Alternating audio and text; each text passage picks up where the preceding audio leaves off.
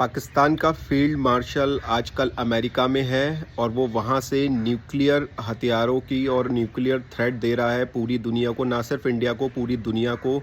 उसने कहा है अगर पाकिस्तान को किसी भी तरीके का खतरा होगा तो वो पूरी दुनिया, आधी दुनिया को तबाह कर देगा अपने न्यूक्लियर हथियारों से, जो कि अभी हमें पता भी नहीं है उसके पास है या नहीं, बट वो गीदड़ भपकियाँ तो देता ही रहता है।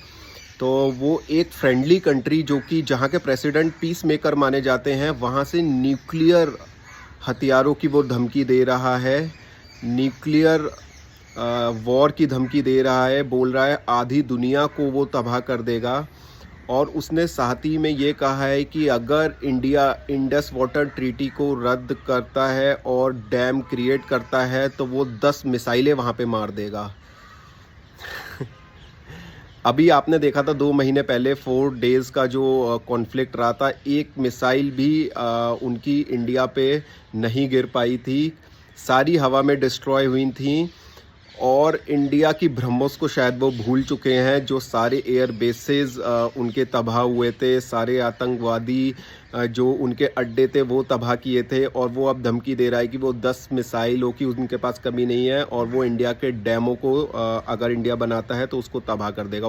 और उसने ये भी कहा है कि जो कश्मीर है वो इंडिया का इंटरनल मैटर नहीं है, वो उसको इंटरनेशनल मैटर है, वो उसको इंटरनेशनली डील करवाना चाहता है।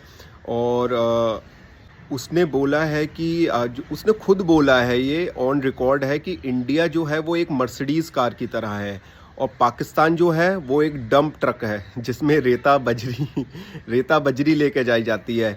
तो उनको खुद ही लगता है कि वो एक डंप ट्रक है और इंडिया जो है मर्सिडीज़ कार है। मतलब अगर मजाक भी उनको करना नहीं आता, बोलना भी नहीं आता, तो ये तो हाल है इनके।